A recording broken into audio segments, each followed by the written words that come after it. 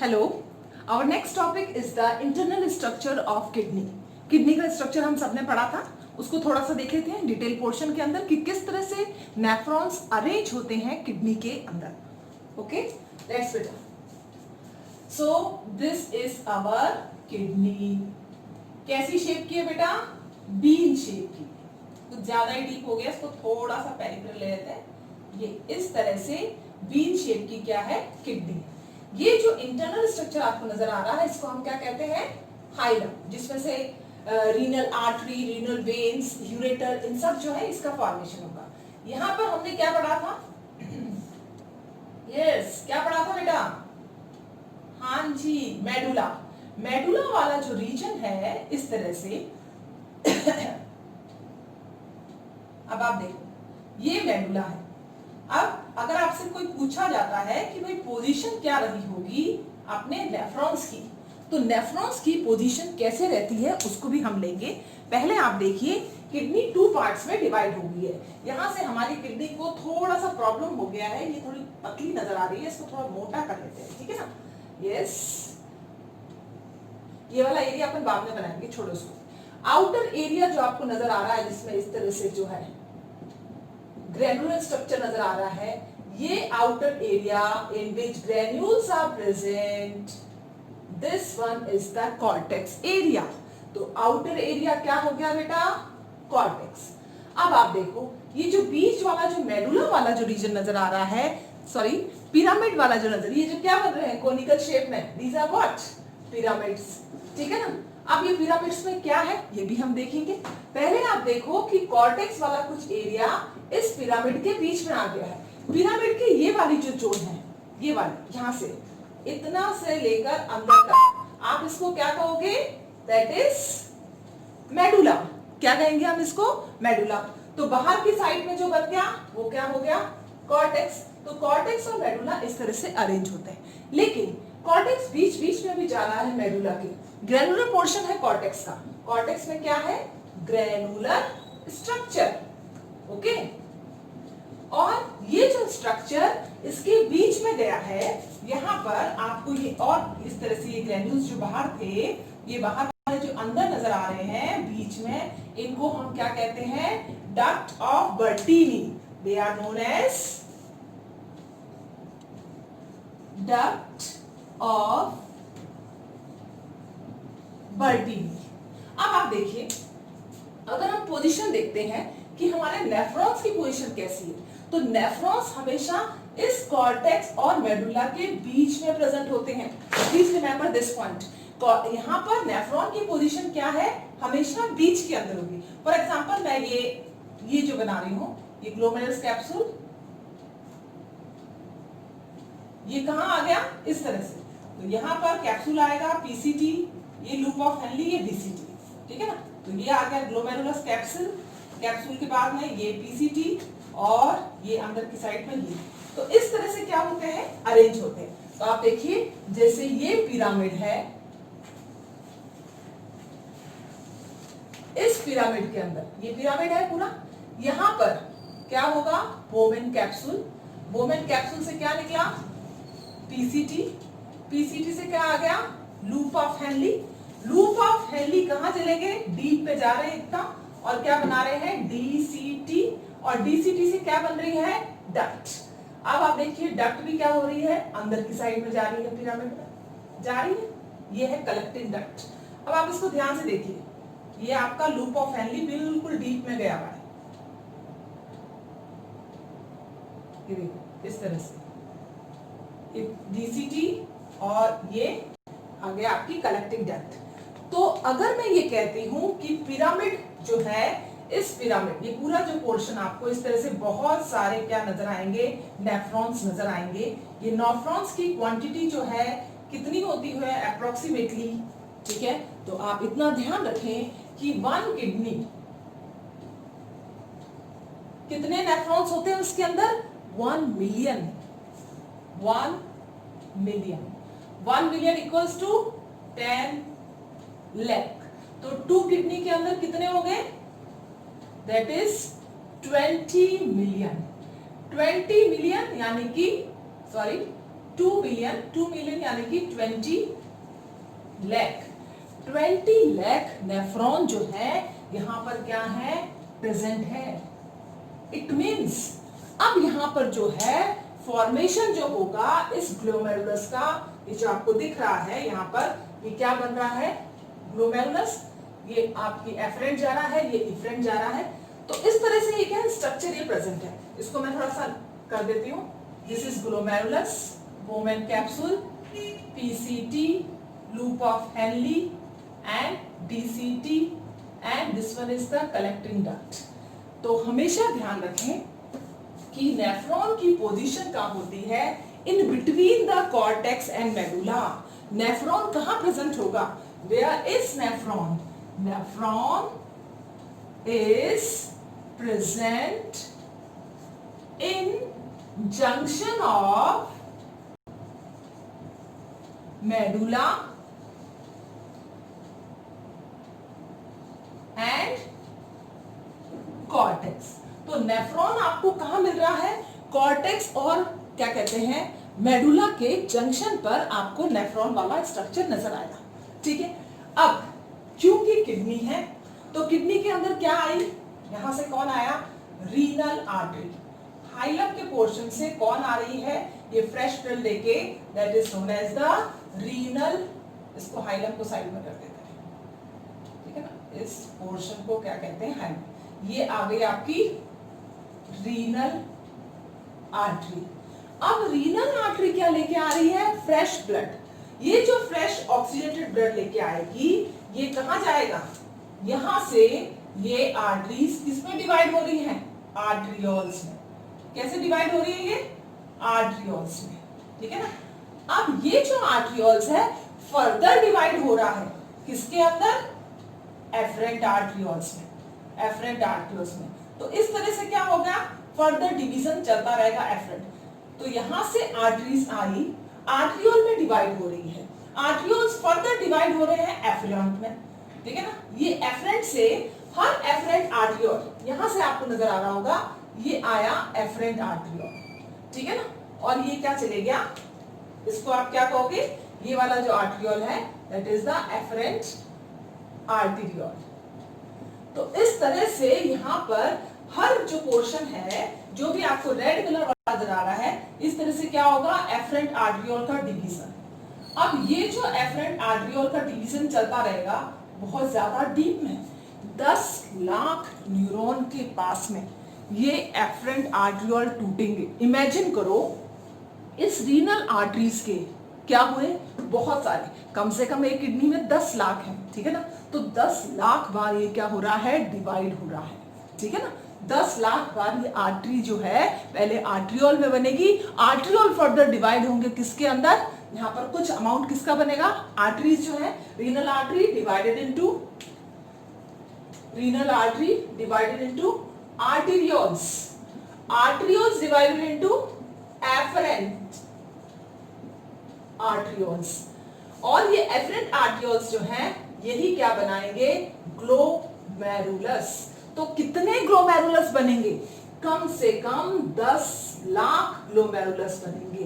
तो क्या अरेंजमेंट होगा यहाँ पर, कितना मतलब डाइवर्सिफाइड अरेंजमेंट होगा ब्लड वेसल्स का। आप इमेजिन नहीं कर सकते कि ग्लोमेरुलस यहाँ से निकल रही है 10 लाख, और वो 10 लाख ग्लोमेरुलस में वापस कनेक्शन होगा किसका, उसका पर्टिकुलर टेबुलर नेटवर्क बनेगा, वासा रेक्टा बनेगा, और फिर रेनल वीन बनेगी। वो रेनल वीन कंबाइंड होगी, ठीक है ना, बहुत सारी रेनल वेन्यूल कहेंगे हम उसको, वीन्स भी नहीं कहेंगे, वो वेन्यूल्स कंबाइन होंगे, वेन्स बनाएंगे, और फिर रेनल वेन का क्या होगा, formation.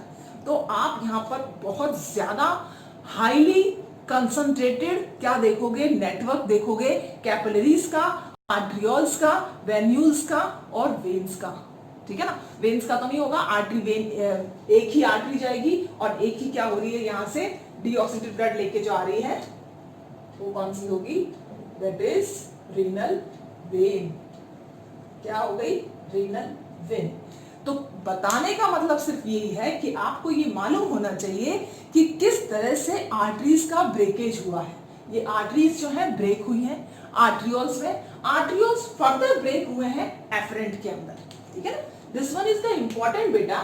Renal artery further break हो रही है आर्टरियोल्स में, आर्टरियोल्स फर्दर ब्रेक हो रहे हैं एफरेंट आर्टरियोल्स में। ये क्या शो कर रहा है यहाँ पर कि इतना हाईली डाइवर्सिफाइड जो है आपको अरेंजमेंट मिल रहा है। इस तरह की जो वेसल्स जो यहाँ पर बनेंगे ब्लड वेसल्स, उनको हम क्या कहते हैं, that is arcuate, arcuate blood vessels. Arcuate veins भी बनेंगी, आर्क्यूसेट आर्टरियोल्स भी बनेंगे। तो आप आर्क्यूसेट टर्म याद रखना, ये आर्क्यूसेट टर्म किससे है linked, that is kidney. Kidney में क्या हो रहा है, यहाँ पर वेसल्स का डिस्ट्रीब्यूशन हो रहा है। वेसल्स डिस्ट्रीब्यूशन को ही आप क्या कह रहे हो यहाँ पर, that is the arcuate blood vessels. तो आर्क्यूसेट ब्लड वेसल्स पूरी किडनी के पास में फैलेंगे। ये पहले तो क्या करेंगे, आर्टरियोल्स डिवाइड हो जाएंगी एफरेंट में, और एफरेंट वापस क्या करेगी, रीयूनाइट होने की कोशिश करेगी in the form of efferent. और इफरेंट जो है वो ट्यूबुलर नेटवर्क में टूटेगा, उसको भी हम अभी लेंगे डिटेल स्ट्रक्चर के अंदर। तो आप इस चीज का ध्यान रखें, आप जो सिंपल सी किडनी देखते हो उसके अंदर कितना हाईली वस्कुलाइजेशन जो है प्रेजेंट है। उसमें भी 10 लाख न्यूरॉन जो है इस तरह से फंक्शन कर रहे हैं, और हर न्यूरॉन के अंदर कंटिन्यूअसली क्या हो रहा है, यूरिन का फॉर्मेशन। किसके अंदर आ रहा है, ये कलेक्टिंग डक्ट के अंदर आ रहा है, ठीक है ना। तो नेफ्रॉन का स्ट्रक्चर अभी अपन करेंगे, लेकिन आपको किडनी का स्ट्रक्चर मालूम होना चाहिए। अब मैं अगर आपसे पूछती हूँ कि किस तरह से फ्लो होगा यहाँ पर, ठीक है ना, कैसे यूरिन का फॉर्मेशन हो रहा है, उसको भी हम देख लेते हैं। ये पिरामिड वाला पोर्शन है, ठीक है ना। नेफ्रॉन्स आपको कुछ डीप में दिख रहे हैं। ऐसे ही कुछ पिरामिड्स के अंदर आप क्या देखते हो कि नेफ्रॉन्स जो है वो डीप में नहीं है।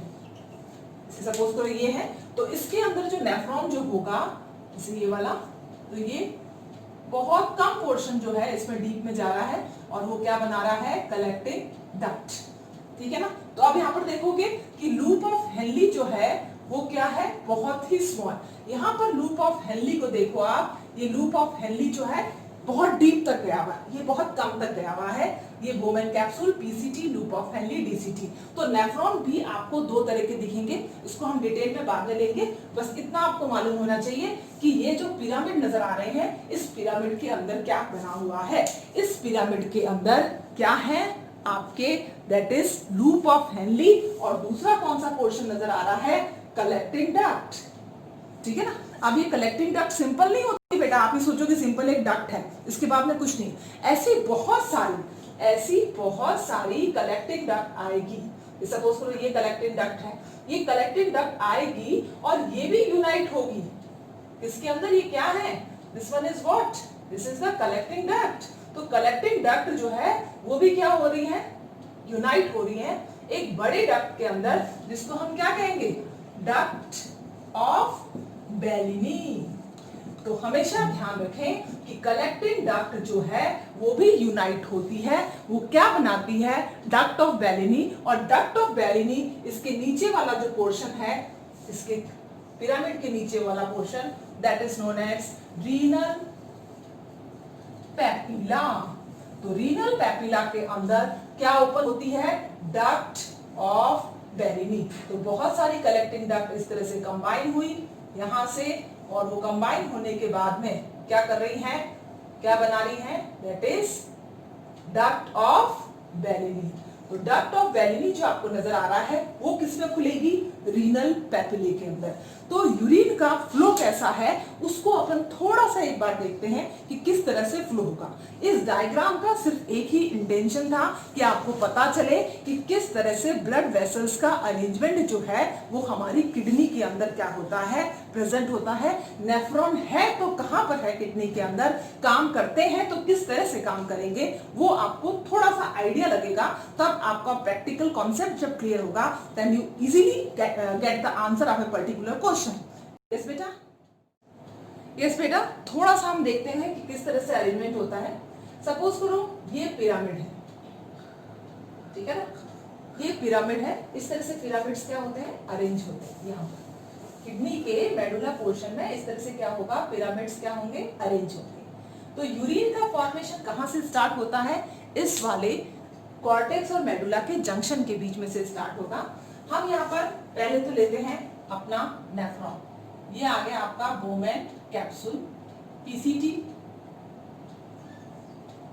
पीसीटी के बाद में ये लूप ऑफ हेनली, ये डीसीटी और ये कलेक्टिंग डक्ट। ठीक है, तो इस तरह से जो है ये अरेंजमेंट होगा। इसको एक बार सिंगल से बना लेते हैं, Bowman capsule, PCT, loop of Henley, DCT, collecting duct. ठीक है ना, इस तरह से जो है ये क्या है अरेंज हो रहा है। अब जरूरी नहीं है कि ये सारे के सारे जो आप देख रहे हो यहाँ पर नेफ्रॉन्स, ये नेफ्रॉन्स के अंदर क्या होगा, पीसीटी, ये लूप ऑफ हेनली, डीसीटी और ये क्या हो गया, कलेक्टिंग डक्ट। तो यहां से क्या हुआ है, यहां से गई है एफरेंट आर्टरियोल। कौन गई, एफरेंट आर्टरियोल, उसने कैपिलरी का नेटवर्क बनाया और क्या बन गई, इफरेंट।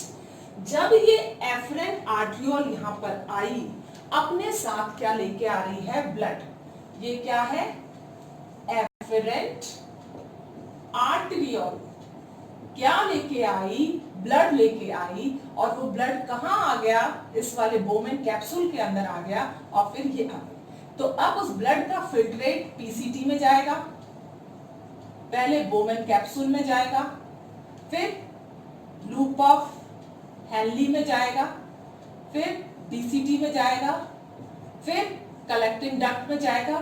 कलेक्टिंग डक्ट जो है वो फर्दर कंबाइन होगी किसके अंदर, फॉर एग्जांपल ये कलेक्टिंग डक्ट है, ये कलेक्टिंग डक्ट किसमें कंबाइन हो रही है, डक्ट ऑफ बेलिनी के अंदर। ठीक है ना, ये जो हमने बनाई है ये क्या है, this is duct of Bellini. तो कलेक्टिंग डक्ट किसमें ओपन होगी, बेलिनी के अंदर ओपन हो गई। ठीक है, अब ये वाला जो पोर्शन था, नीचे वाला पोर्शन जो है इसके पिरामिड का, इस नीचे वाले पोर्शन को हमने क्या कहा था, रीनल पैपिला। ठीक है, अब ये जो रीनल पैपिला थे इस तरह से क्या करेंगे, कंबाइन होंगे, और कंबाइन होने के बाद में क्या बना रहे हैं, ये इस तरह से छोटे छोटे इन्होंने क्या बनाया है, कैलिक्स बनाए हैं। ये क्या बनाए, कैलिक्स। ये कैलिक्स क्या हो रहा है, जैसे यहाँ पर भी आ गया, तो इस तरह से यहाँ पर भी क्या होंगे, पिरामिड्स प्रेजेंट होंगे। ठीक है ना, वो पिरामिड्स भी क्या हो रहे होंगे, कंबाइन हो रहे होंगे इस तरह से। ठीक है ना, तो इस तरह से पिरामिड्स जो है वो क्या हो रहे हैं, कंबाइन हो रहे हैं। तो पिरामिड्स जब कंबाइन होंगे तो वो क्या बना रहे हैं, इस तरह से, ये लिया अपन ने यहाँ से, ये सेगमेंट है। ठीक है ना, तो ये इस वाले सेगमेंट का, इस वाले सेगमेंट का, दो जगह से क्या हो रहे हैं, इस तरह से कंबाइन।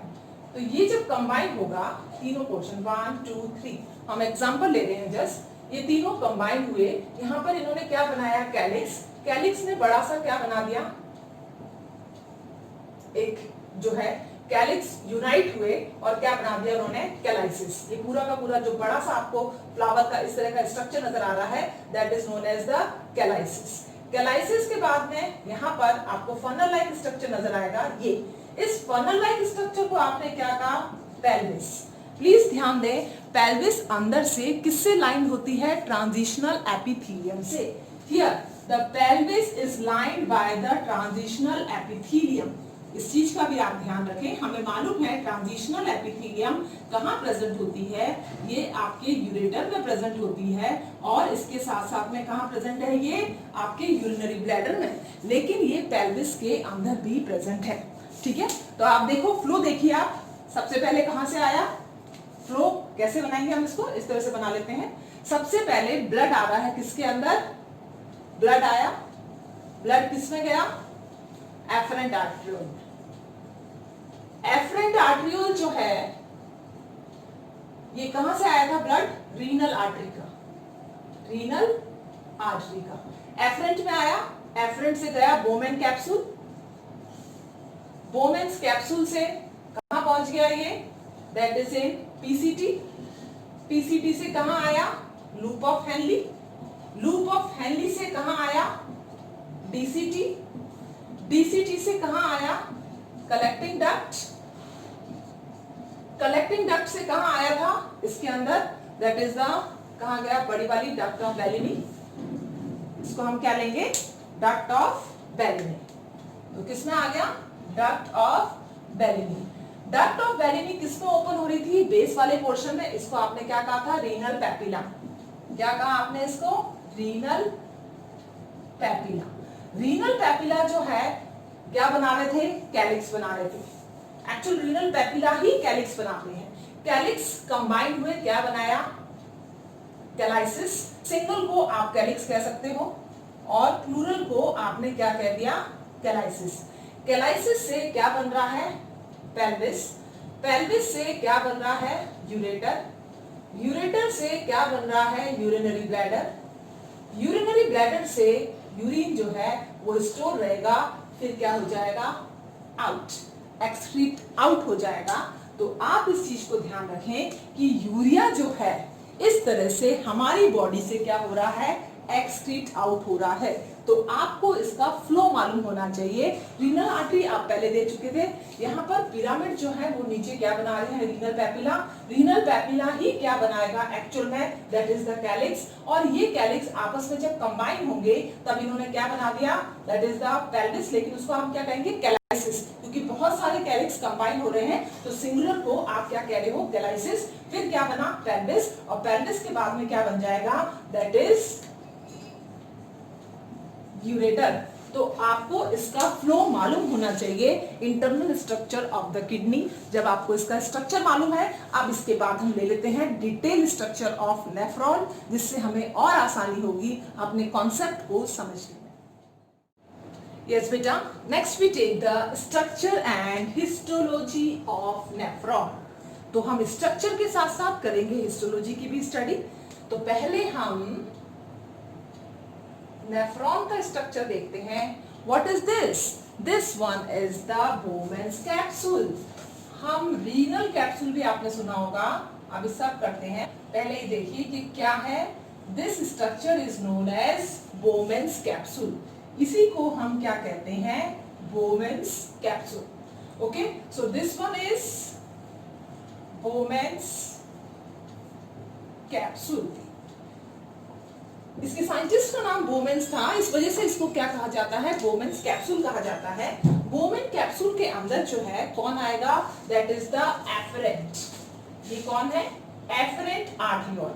तो एफरेंट आर्ट्रियोल जो है वो किसके अंदर ब्रेक हो रही है, इस पर्टिकुलर नॉट लाइक जो आपको स्ट्रक्चर नजर आ रहा है, इसके अंदर क्या हो रहा है, ये आर्ट्रियोल जो है ये डिवाइड हुई है, इसने एक नॉट बनाया है, किसका, कैपिलरीज का।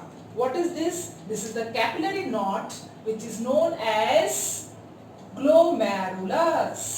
क्या कहेंगे हम इसको, ग्लोमेरुलस। और ये वाली जो है इसका डायमीटर आपको इतना बड़ा नजर आ रहा है, ये क्या है, that is efferent, efferent arteriole. Okay, तो एफरेंट आर्ट्रियोल जो है वो कहां जा रही है, इसके अंदर। ये एफरेंट आर्ट्रियोल है, इसने एक नॉट बनाया है कैपिलरी का, that knot is known as the glomerulus. अब आप इस चीज का ध्यान रखें कि 500 टाइम्स ज्यादा इसके अंदर फिल्ट्रेशन पावर हो जाती है। आपको मालूम है कैपिलरी किससे बनी हुई होती है, single layer.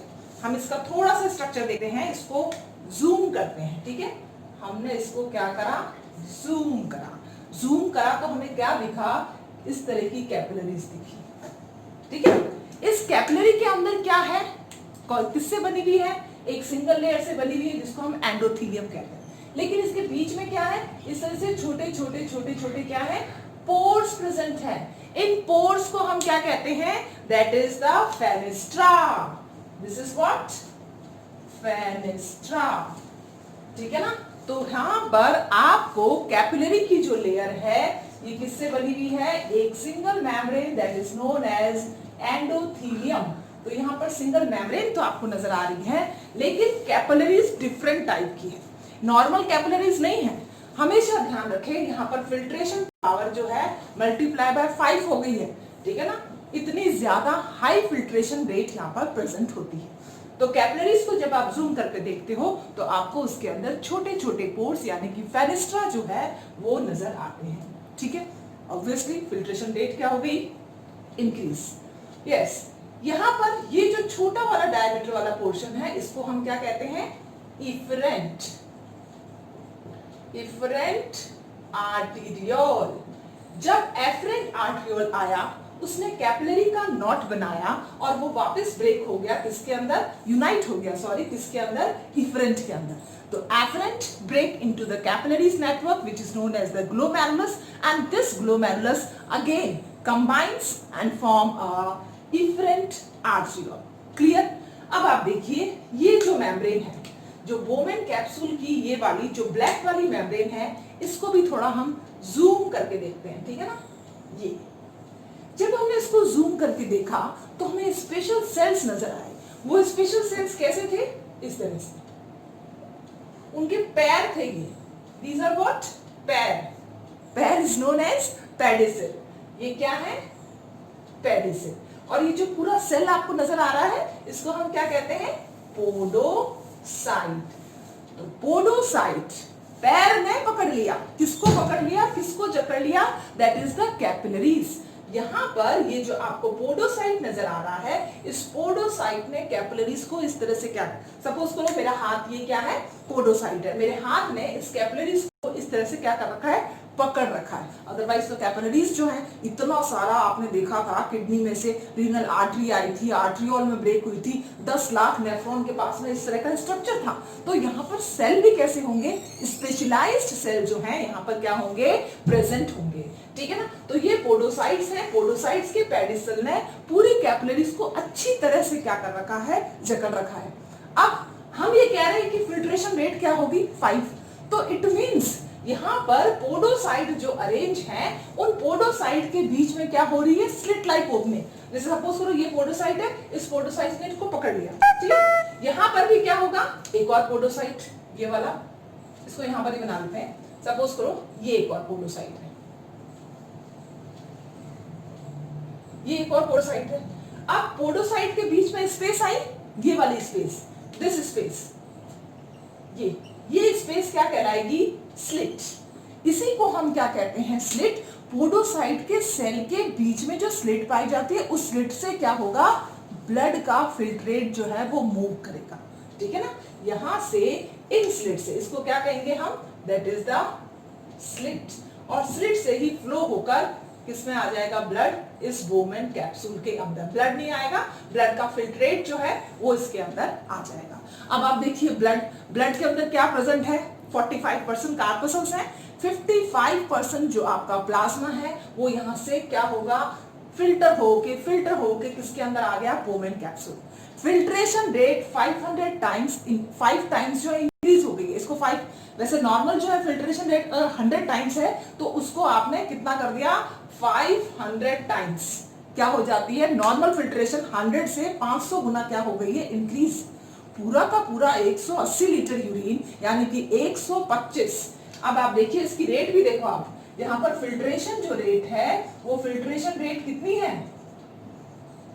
That is 125 ml filter पर मिनट में हो रहा है, ठीक है ना।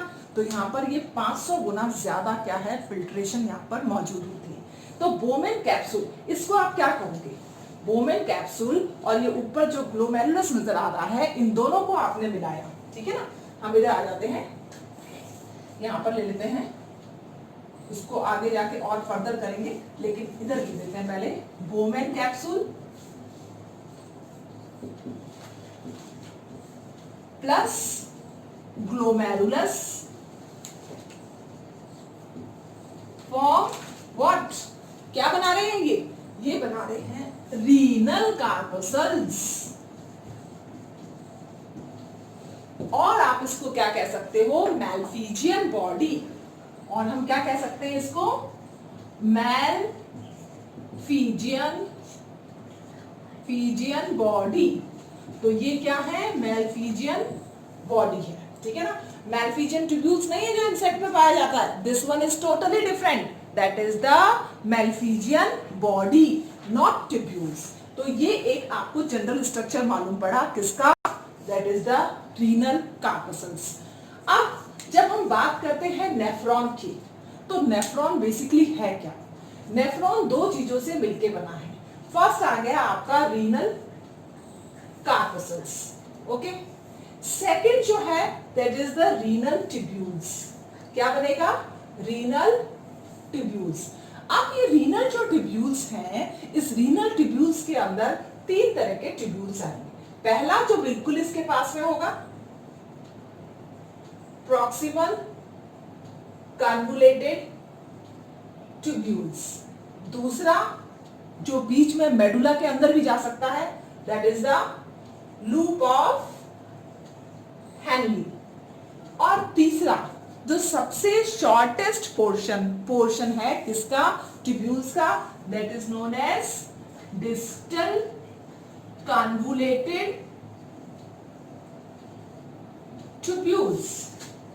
This one is the smallest portion, ठीक है ना, this one is the smallest part of the tubule and loop of Henle is the longest part of the tubule. अगर क्वेश्चन आता है कि भाई कौन सा पार्ट शॉर्ट है, that is the DCT, which part is long, that is loop of Henle. ये दोनों मिलके नेफ्रॉन बना रहे हैं।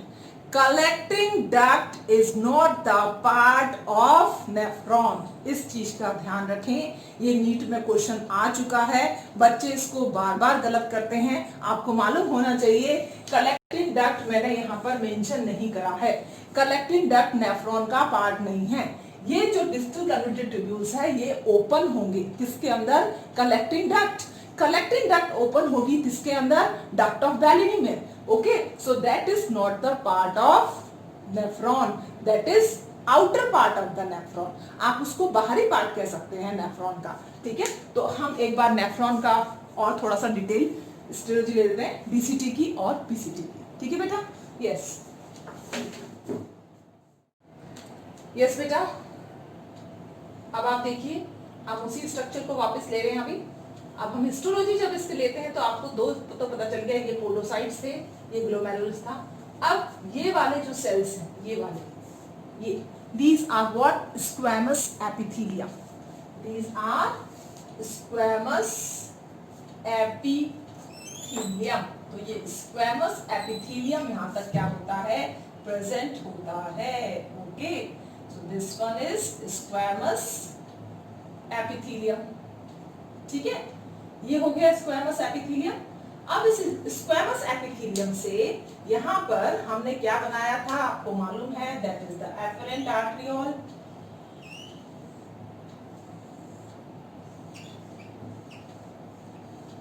ओके, ये हो गई थी आपकी एफरेंट आर्टरियोल, ये हो गया इफरेंट आर्टरियोल। यहाँ पर आपके आगे थे special cells, that is the podocyte.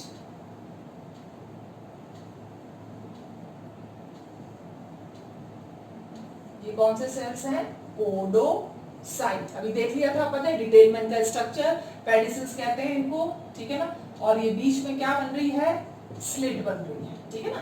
तो यहाँ पर इस तरह से क्या है, ये पोडोसाइट्स हैं और बीच में क्या बन गई, स्लिट।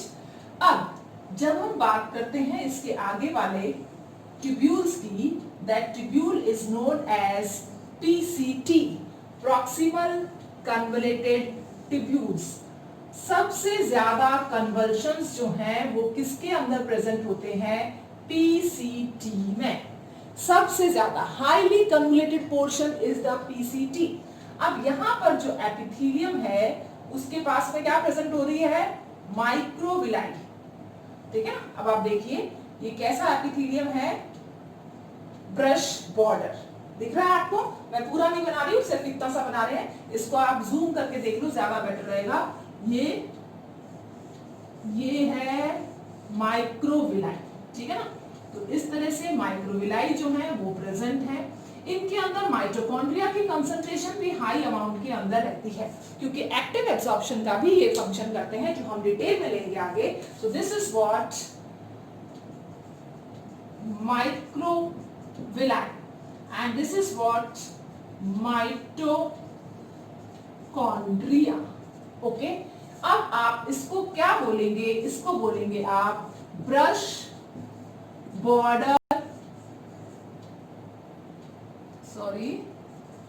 Cuboidal epithelium. तो ब्रश बॉर्डर क्यूबॉइडल एपिथीलियम है कौन सा वाला, ये पोर्शन। इसको आपने क्या कहा, प्रॉक्सिमल कन्वोलेटेड ट्यूब्यूल्स, पीसीटी। ये क्या हो गया, पीसीटी। पीसीटी करेगा और ज्यादा डीप पोर्शन के अंदर, यहां से ये क्या होना शुरू हो जाता है, थिन होना शुरू हो जाता है। ठीक है, ये इस तरह से। तो आप देखिए पीसीटी जो है वो क्या हो गया है, थिन हो गया है। अब पीसीटी का ये क्या है, डिसेंडिंग, नीचे जा रहा है इस तरह से। This is descending loop of Henle. यहां पर देखिए आप इसको थोड़ा सा ऊपर ले लेते हैं इसको। यहां से ये वापस क्या हो गया है, थिक होना शुरू हो गया और फिर वापस ये कन्वर्जन्स बनाएगा और क्या बन जाएगा, DCT। तो ये क्या हो गया, DCT, डिस्टल कन्वोलेटेड ट्यूब्यूल्स। अब ये वाला जो पोर्शन आपको नजर आ रहा है इसको आप क्या कह रहे हैं, दैट इज नीचे जा रहा है, descending loop of Henle. Okay, and this portion, this जो ऊपर जा रहा है, ascending loop of Henle। ठीक है, अब जब हम इसकी एपिथेलियम को देखते हैं जूम करके तो आपको कैसी नजर आ रही है, ये स्क्वैमस एपिथेलियम। कौन सी एपिथेलियम होगी ये, स्क्वैमस एपिथेलियम। ठीक है ना, यहां पर भी आप इसको देखोगे तो, लेकिन ये कैसी है, ये थिन है। ठीक है, लेकिन ऊपर की साइड में जाएगी जब ये, तब ये क्या हो जाती है, थोड़ा सा इसको थिक बना देते हैं इस तरह से, ये क्या हो गई है, थिक। ठीक है ना, ये थिक होती जा रही है। This is the descending loop of Henle. ये भी क्या है, सिंपल स्क्वैमस एपिथेलियम। ये कौन सी एपिथेलियम है, that is the simple squamous epithelium.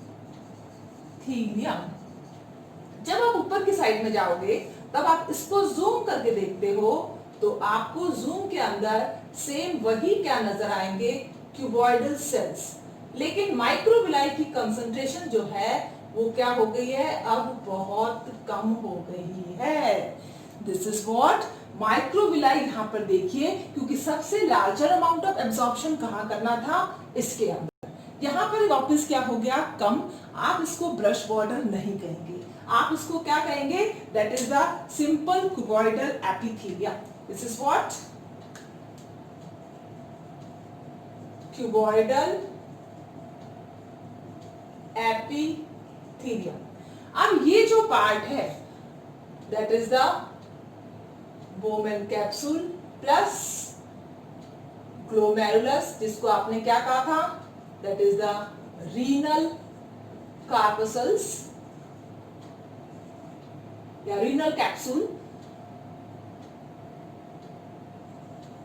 Plus PCT plus loop of Henle plus DCT. इन तीनों ने मिलके क्या बनाया, चारों ने सॉरी क्या बनाया, दैट इज नेफ्रॉन। क्या बन गया, नेफ्रॉन। अब हम बनाएंगे कलेक्टिंग डक्ट, लेकिन कलेक्टिंग डक्ट नेफ्रॉन का पार्ट नहीं है। तो यहां पर कौन आ जाती है, इस तरह से डीसीटी का जो ओपनिंग होगी, ठीक है, ये क्या आ गई है, कलेक्टिंग डक्ट। इसमें और भी बहुत सारी कलेक्टिंग डक्ट क्या हो रही हैं, कंबाइन हो रही हैं इस तरह से।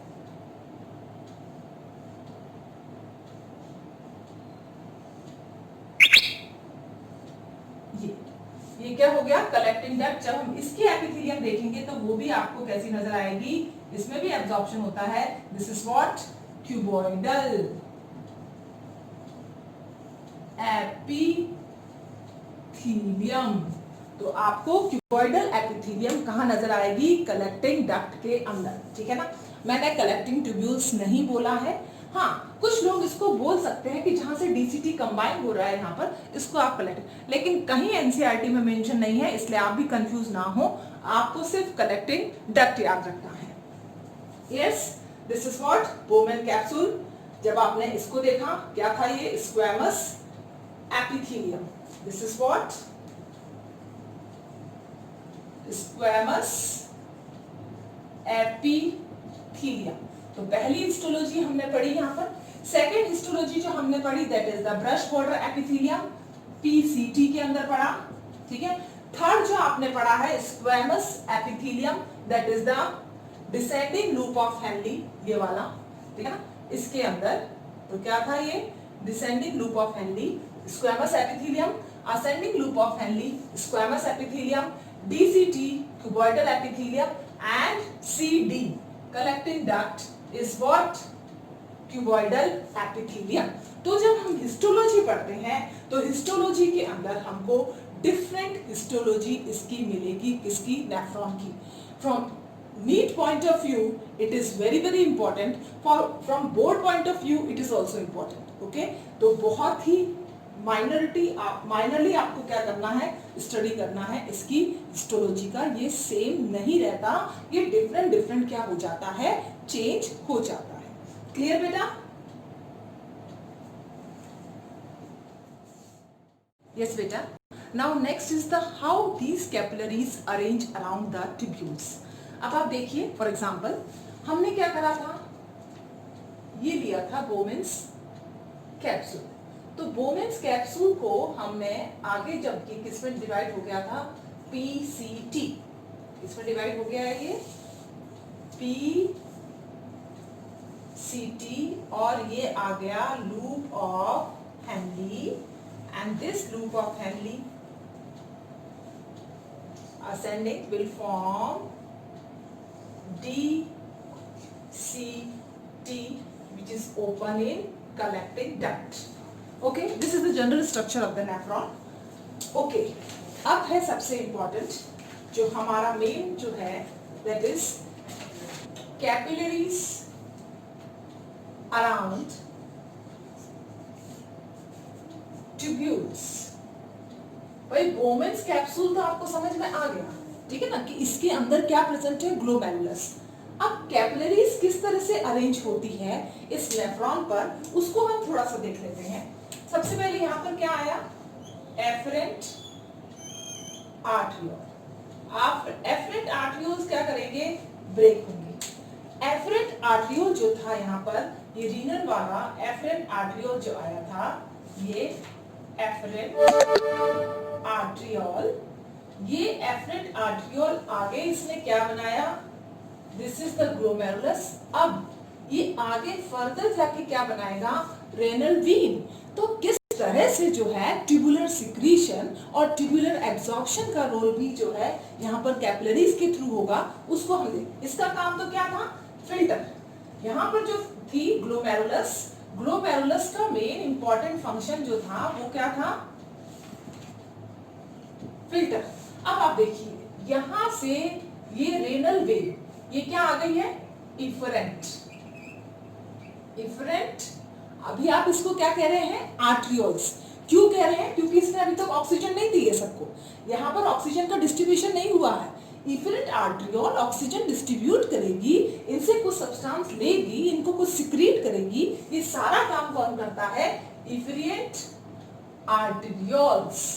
अब जैसे ही ये बना यहाँ पर, इसका क्या हुआ, ब्रेकेज हो गया, और ये ब्रेक करके इस तरह से पूरे आपके पीसीटी के ऊपर क्या कर देगी, इस तरह से फैल जाएगी ये पूरा, ठीक है ना। तो यहाँ पर पूरा पीसीटी में जितना ज्यादा एब्जॉर्प्शन हो सकता है वो सारा, ये वापस क्या करेंगे, यूनाइट करेंगे। Okay, these again unite to form what, renal veins. यहां से क्या बन रही है, ये बन रही है आपकी रीनल वेन्यूल्स, जो कंबाइन होंगी और क्या बनाएंगी, रीनल वेन्स का फॉर्मेशन करेंगी। तो आप देखिए इफरेंट आर्टरियोल जो यहां पर आया था उसने पूरे पीसीटी को क्या कर दिया है, कवर कर लिया। अब ये आगे मूव करेगा, ठीक है ना, आगे मूव करेगा इस तरह से।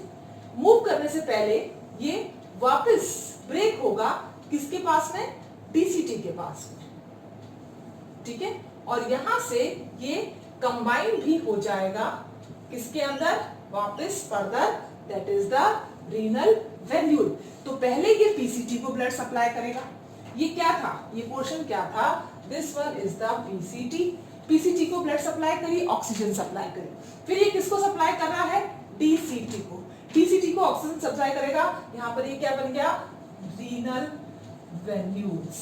ओके, इसी तरह से इसकी एक ब्रांच और निकलेगी और वो ब्रांच किसको दे रही है, फॉर एग्जाम्पल जैसे ये गई यहां पर, ठीक है ना, इसमें से अभी ये बंद नहीं हुई है, ये फर्दर क्या करेगी, यहां से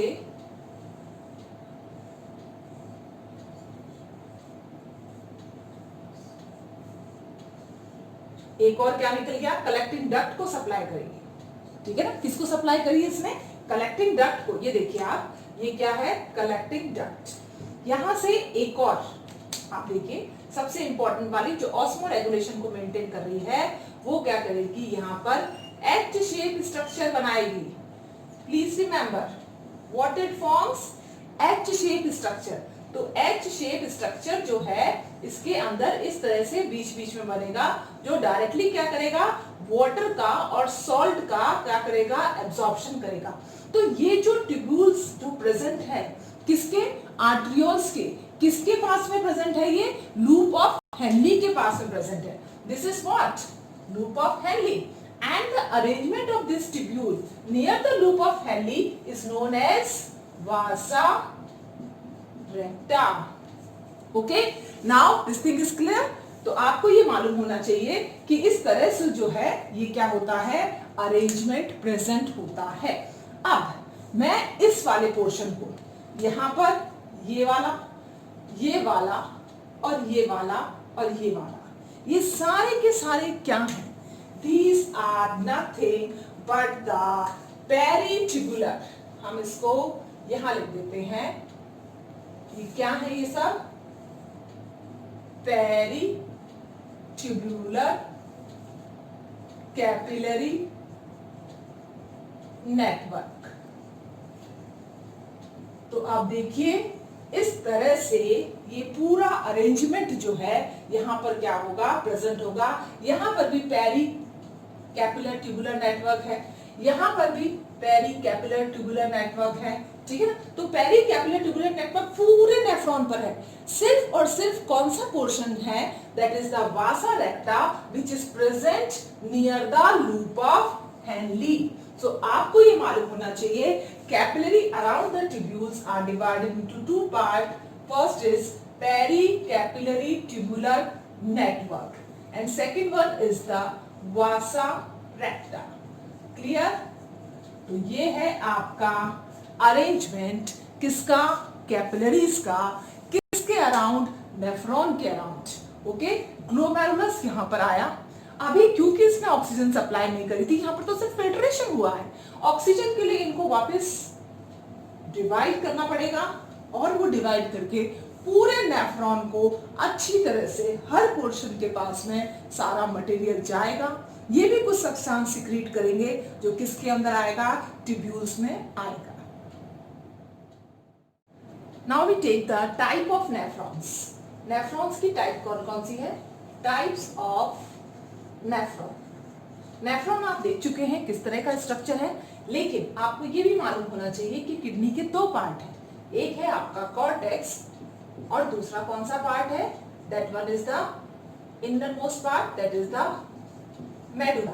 और मेडुला के अंदर अरेंजमेंट कैसा था अपने पास में, पिरामिडिकल शेप जो है, मेडुला जो है वो छोटे छोटे पिरामिड्स में क्या होता है, प्रेजेंट होता है। ठीक है, तो अगर आपसे पूछा जाता है कि नेफ्रॉन्स की कितनी टाइप है, तो आपको मालूम होना चाहिए नेफ्रॉन्स की 2 टाइप है। एक नेफ्रॉन देखो आप इस तरह से,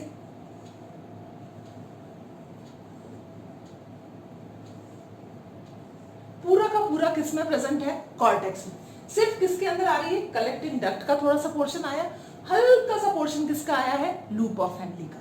this one is the collecting duct, जो कहां तक आ रही है? मेडुला तक आ रही है, ठीक है। और ये वाला क्या है? लूप ऑफ हेनली, जो हल्का सा टच ही कर रहा है, ज्यादा डीप नहीं। लेकिन अगर आप इसका दूसरा पिरामिड देखेंगे, फॉर एग्जांपल मैं इसको भी एक पिरामिड बना देती हूं, ठीक है। अब यहां पर देखिए, ये अरेंजमेंट है, ये बोवेन कैप्सूल है, ये पीसीटी है, और ये लूप ऑफ हेनली, और ये डीसीटी, और ये कनेक्टिंग डक्ट, ठीक है। अब यहाँ पर जो लूप ऑफ हेनली है वो कितना डीप है? यहाँ पर लूप ऑफ हेनली की पोजीशन देखो आप, ये वाली, ये है, और ये वाली पोजीशन देखो कितना डीप तक सीटेड है। कलेक्टिंग डक्ट ये रही इसकी, ठीक है। तो इसके बेसिस पर हमने नेफ्रॉन्स को, अरेंजमेंट ऑफ नेफ्रॉन, ठीक है ना, here according to arrangement of nephron, they are of how many types? 2 types. कौन कौन सी टाइप है बेटा? पहली है आपकी first cortical nephron, and the second one is the juxtamedullary nephron. Juxta मतलब बिल्कुल पास में, किसके? मेडुला के, मेडुलरी नेफ्रॉन। तो आपको ये क्लियर होना चाहिए कि सबसे ज्यादा 85% कौन से नेफ्रॉन होते हैं? That is cortical. Only 15% is of juxtamedullary type. कितने परसेंट है बेटा? 15%, ठीक है ना। इनका मेन फंक्शन ऑस्मो रेगुलेशन नहीं है, their main function is excretion only. Main function is excretion, इनका मेन फंक्शन है। इनका काम ज्यादा नहीं है कि ये ऑस्मो रेगुलेशन को मेंटेन करें, लेकिन हाँ, यहां पर जो जस्टामेडुलरी नेफ्रॉन है, देयर मेन फंक्शन, काम तो ये दोनों ही करेंगे। ऐसा नहीं मैंने यहां पर लिख दिया main function is excretion means they are only involved in the excretion. No, their main function is excretion, little bit they help in the osmoregulation, but here the condition is reverse. Their main function is osmoregulation and इसको इतना रहने दो, excretion का काम तो करेंगे ये भी, लेकिन इनका मेन फंक्शन क्या रहेगा? Osmo regulation. ये जो कॉर्टिकल नेफ्रॉन है, इसके आसपास आपको वासा रेक्टा नहीं मिलेगा, है ना। So there is no vasa recta. लेकिन जब आप किसको देखते हैं? आप इसको देखेंगे जस्टामेडुलर को, तो दे हैव वासा रेक्टा। यूरिन को हाइपरटोनिक कौन बनाता है? हाइपरटोनिसिटी बनाने का काम कौन करता है? That is the juxtamedullary nephron. ये मेक यूरिन हाइपरटोनिक, क्योंकि यही क्या कर रहा है? लास्ट में बैलेंस। इनका इतना ज्यादा रोल नहीं होता कि यूरिन को क्या बनाए? हाइपरटोनिक बनाए। इनका मेन फंक्शन क्या है? एक्सक्रीशन का। तो on the basis of the type of nephron they are divided into 2 type, ठीक है। तो ये क्या कहते हैं? कुछ पार्ट, इसका मेन पार्ट जो है, they are mainly situated in cortical region, present in cortex, and these one cortex plus medulla, present in cortex, and दूसरा वाला कौन सा पोर्शन है बेटा? That one is known as medulla। तभी तो आपने इसका नाम क्या रखा? जस्टामेडुलरी, ठीक है। तो ये थे अपने types of nephron. That is, this one is known as juxtamedullary nephron, and this one is known as cortical nephron. I think आपका कॉन्सेप्ट क्लियर हो गया होगा कि दोनों नेफ्रॉन के बीच में क्या क्या डिफरेंसेस हैं. ओके, आई होप सो कि आपका टॉपिक जो है पूरी तरह से क्लियर हुआ होगा, कॉन्सेप्ट क्लियर होंगे. लेकिन फिर भी अगर कोई डाउट आता है, please right in the comment box और इन टेलीग्राम ग्रुप.